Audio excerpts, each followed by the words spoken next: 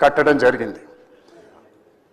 36,000 ఇండ్లు ఆ 10 ఏళ్ల కాలంలో కట్టిన మనం 2014 నుంచి 2024 వరకు ఇందాక మా సహచర ఎమ్మెల్యే గారు బిఎల్ఆర్ గారు చెప్పినట్టు వారి నియోజకవర్గంలోనైతే ఏవో ఒక 20-30 ఇండ్లన్నా కట్టి వాటిని ఆశ చూపెట్టి ఓట్లు దండుకునే ప్రయత్నం చేసినారు. మా కాన్స్టిట్యున్సీలో మాత్రం ఆ ప్రయత్నం కూడా చేయలేదు. ఒక్కటంటే ఒక్క ఇల్లు కూడా కట్టలేదు అధ్యక్ష. కానీ మనం ప్రభుత్వంలోకి రాగానే అత్యధికంగా గిరిజనులు ఉండే నా నియోజకవర్గంలో 3,500 ఇవ్వడం, వాటిని అన్నింటినీ మొదలు పెట్టడం చాలా ఆనందంగా ఉంది. దానికి సహకరించిన హౌసింగ్ మంత్రివర్యులుకి నా ధన్యవాదాలు తెలియజేసుకుంటూ, ఇందాక చెప్పిండ్రు చాలా మంచి పని చేస్తున్నారు, అన్ని బిల్లులు కడతనే ఉన్నారు. కానీ చిన్న ఒక విన్నపం మంత్రివర్యుల గారికి, నా నియోజకవర్గానికి చెందినటువంటి 1,35,00,000 బిల్లు పెండింగ్ ఉన్నాయి మంత్రివర్యులు గారు. వాటిని కూడా ఇమీడియట్గా మీరు రిలీజ్ చేస్తారని ఆశిస్తున్నాను.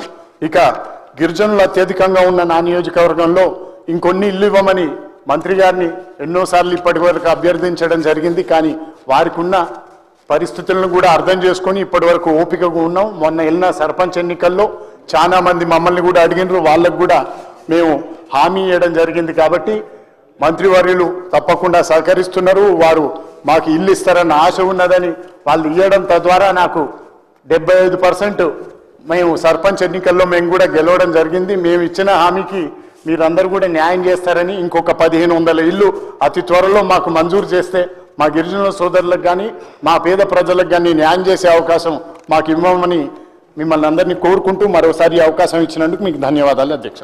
శ్రీ రాజ్ ఠాకూర్ గారు. ధన్యవాదాలు అధ్యక్ష.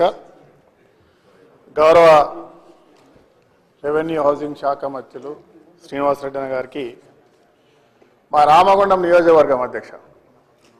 రామగుండంలో సింగరేణి ప్రాంతం మీ అందరికీ తెలిసిందే. గతంలో మాకు 2 మండలాలు, ఒక 60 పెద్ద కార్పొరేషన్ అధ్యక్ష. రాజశేఖర రెడ్డి గారు ఉన్నప్పుడు ఇచ్చినటువంటి ఇంతనమ్మ ఇల్లు తర్వాత ఇప్పటివరకు ఎవరికి ఇవ్వలేదు అధ్యక్ష. తర్వాత సింగరేణి కార్మికులకి ఇల్లు కట్టుకోవడానికి 76 జీవో ప్రకారంగా 18,000 పట్టాలు ఇచ్చారు.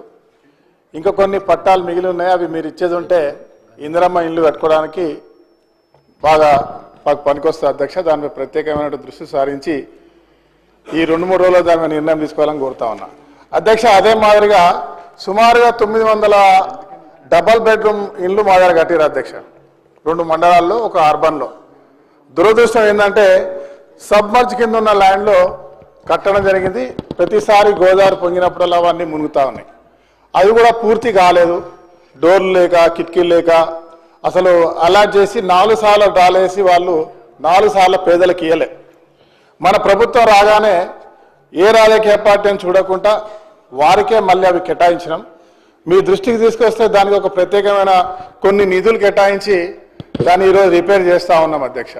అయితే అక్కడ పూర్తిగా నడవడానికి కూడా రోడ్స్ లేవన్నా అదొకటి చూడాలి. ఇంకొక 150 ఇండ్లకు సంబంధించిన డబల్ బెడ్రూమ్ ఇండ్లు కేవలం పిల్లర్స్ వేసి ఆపేసి ఉన్నారు. అది కనుక ఇచ్చేది ఉంటే ఒక నడి సిటీలో ఉంటుంది. నిజమైన పేదవారు దాదాపు 150 మందికి దాన్ని ఇదివరకే గుర్తించడం జరిగింది. మీరు స్వయంగా అన్ని జిల్లాలకు, అన్ని నియోజకవర్గాలకు వచ్చి మా ఇందిరమ్మ ఇండ్లు ఇచ్చే కార్యక్రమం పెట్టినా ఇప్పటివరకు రామగుండం మీరు రాలేదు. దయచేసి రామగుండానికి రావాలి.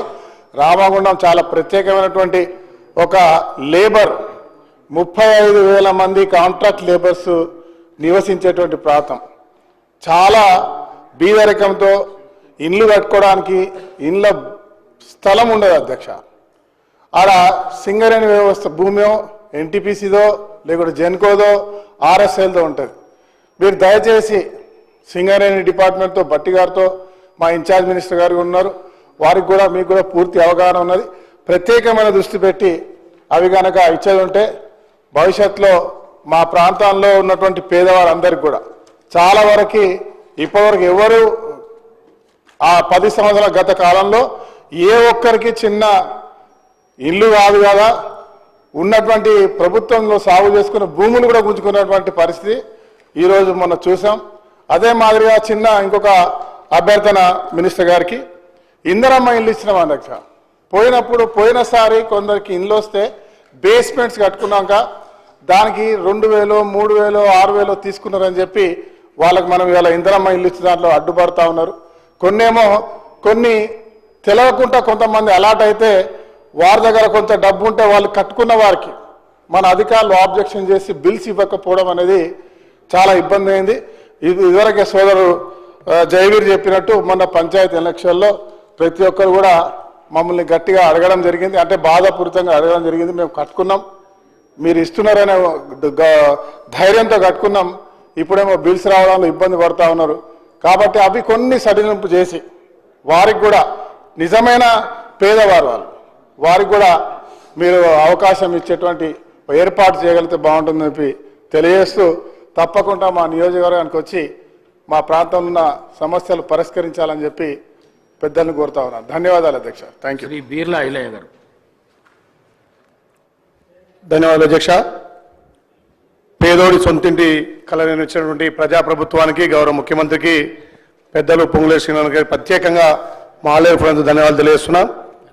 గత ప్రభుత్వం ధనిక రాష్ట్రంలో మాజీ ముఖ్యమంత్రి కేసీఆర్ గారు డబుల్ బెడ్రూమ్ ఇస్తా అని చెప్పి ఆరాకోరగా ప్రభుత్వ స్థలాల్లో లోతట్టు ప్రాంతాల్లో డబుల్ బెడ్రూమ్ నిర్మించడం వల్ల అవి ఇప్పటికి కూడా నిరుపయోగంగా ఉన్నాయి. ముఖ్యంగా యాదగిరి మండలం ఉంగపల్లిలో సుమారు 40 కట్టిరు, కానీ ఇంతవరకు వాళ్ళు ఏ ఫెసిలిటీ లేకపోవడం, డ్రైనేజ్ కానీ అక్కడ నిల్ల ట్యాంక్ కానీ లేకపోవడం వల్ల ఇంకా పాత డబుల్ బెడ్రూమ్లు ఓపెన్ కాలేదు. చాలా ప్లేస్లో వాటికి ఎక్కడ కూడా నిరుపయోగంగా ఉన్నాయి.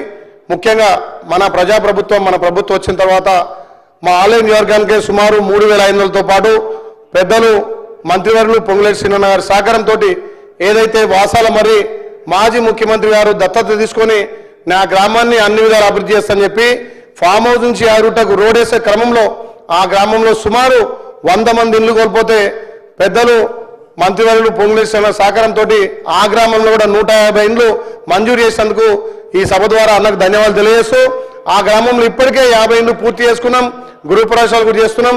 ఆలయ నియోజకవర్గానికే 3,700 ఇండ్లు ఇచ్చినందుకు ప్రత్యేకంగా ప్రభుత్వానికి, మంత్రి గారికి ధన్యవాదాలు తెలియజేస్తూ ఇంకా మొన్న మేము స్థానిక సంస్థల ఎలక్షన్ తిరిగినప్పుడు గత 10 ఏళ్లుగా సొంతింటి కాడ నెరవేరి చాలా మంది కూడా అన్న మన ప్రభుత్వం వచ్చిన తర్వాత మాకు ఇండ్లు వస్తున్నాయి, కానీ ఇంకా అర్హులు చాలా మంది ఉన్నారు, వాళ్ళందరికీ ఇండ్లు కావాలని అడిగినప్పుడు మేము అక్కడక్కడ మాట్లాడడం జరిగింది. దయచేసి పెద్దలు ఈ సంక్రాంతి తర్వాత మార్చి వరకు మళ్ళీ అన్ని నియోజకవర్గాలకు ఇస్తారు కాబట్టి మా ఆలయ నియోజకవర్గం వెనుకబడ్డ నియోజకవర్గం, ఎక్కువ ఎస్టీ ఎస్సీ తండాలు మైనార్టీలు ఉన్న మా ఆలేరు కాబట్టి దయచేసి ఒక 2,000 ఇండ్లు మా ఆలేరుకు మంజూరు చేయాలి. అదేవిధంగా మన ప్రభుత్వం రాకముందుకు మనం ఏదైతే మేనిఫెస్టోలో మన ప్రభుత్వం రాగానే ఇందిరమ్మ ఇల్లు ఇస్తారని మనం మాట ఇచ్చినాం కాబట్టి కొంతమంది అరే ఎట్లా కాంగ్రెస్ ప్రభుత్వం వస్తుంది, ప్రజాప్రభుత్వం వస్తుందని చెప్పి ఇందిరమ్మ ఇల్లు స్టార్ట్ చేసిరు. చిన్న చిన్న ప్లేస్లలో స్టార్ట్ చేస్తే అవి బీస్పీట్ ఉండడం వల్ల మనం పెట్టినటువంటి ఈ ఫోటో క్యాప్చరు ఆ బీస్పీట్ చేయలేకపోతున్నాయి. దయచేసి ఇప్పుడన్నా 2వ విడతలో ఆ బీస్పీట్ కొద్దిగా ఇండ్లు స్టార్ట్ చేసిన వాళ్లకు, పేదళ్లకు పర్మిషన్ ఇవ్వాల్సిందిగా మంత్రి గారిని కోరుతూ బేస్మెంట్ అక్క కోరుతూ ఏంటంటే పేదలు మన ప్రభుత్వమే నమ్మకంతో వాళ్ళంతా కసిగా ఆ ప్రభుత్వాన్ని పోడగొట్టాలి. పేదోడి సొంతింటి కళ నెరవేర్చాలి కాబట్టి ఈ ప్రజాప్రభుత్వం ద్వారా మనకు సొంతింటి కళ నెరవేరింది కాబట్టి దయచేసి 2వ విడత పేదలకు ఇవ్వాల్సిందిగా కోరుతూ ఇంకొకటి అధ్యక్ష, అప్పుడు ఏదైతే అధికారులు పోయినప్పుడు పూర్తిగా ఇండ్లు లేని వాళ్ళు కొంతమంది కిరాయికి స్లాబ్ల ఇండ్లలో ఉండడం వల్ల వాళ్ళకి ఇప్పుడు L3లో స్లాబ్లను వస్తున్నాయి. అధ్యక్ష, నిజంగా మీరు దర్యాప్తు చేసి ఎవరైతే ఇల్లు లేని వాళ్ళు కిరాయికి స్లాబ్ ఇండ్లలో ఉంటారో వాళ్ళకి L3 వాళ్ళకు కూడా మనం ఇండ్లు మంజూరు చేయాలి. L3 వాళ్ళకి ఇప్పుడు చాలా మందికి శాంక్షన్ అయ్యి బేస్మెంట్ కట్టినాక కూడా వాళ్ళకి బిల్లు రావట్లేదు. మన ప్రజాప్రభుత్వానికి నిజంగా అధ్యక్ష నేనైతే గర్వపడుతున్నా. మొన్నగా స్థానిక సంస్థల్లో మా ఆలయ నియోజకంలో 70% గెలవడానికి మన ప్రభుత్వం అందిస్తున్నటువంటి స్కీమ్ల వల్ల ప్రజల నుంచి మంచి ఆదరణ వచ్చింది.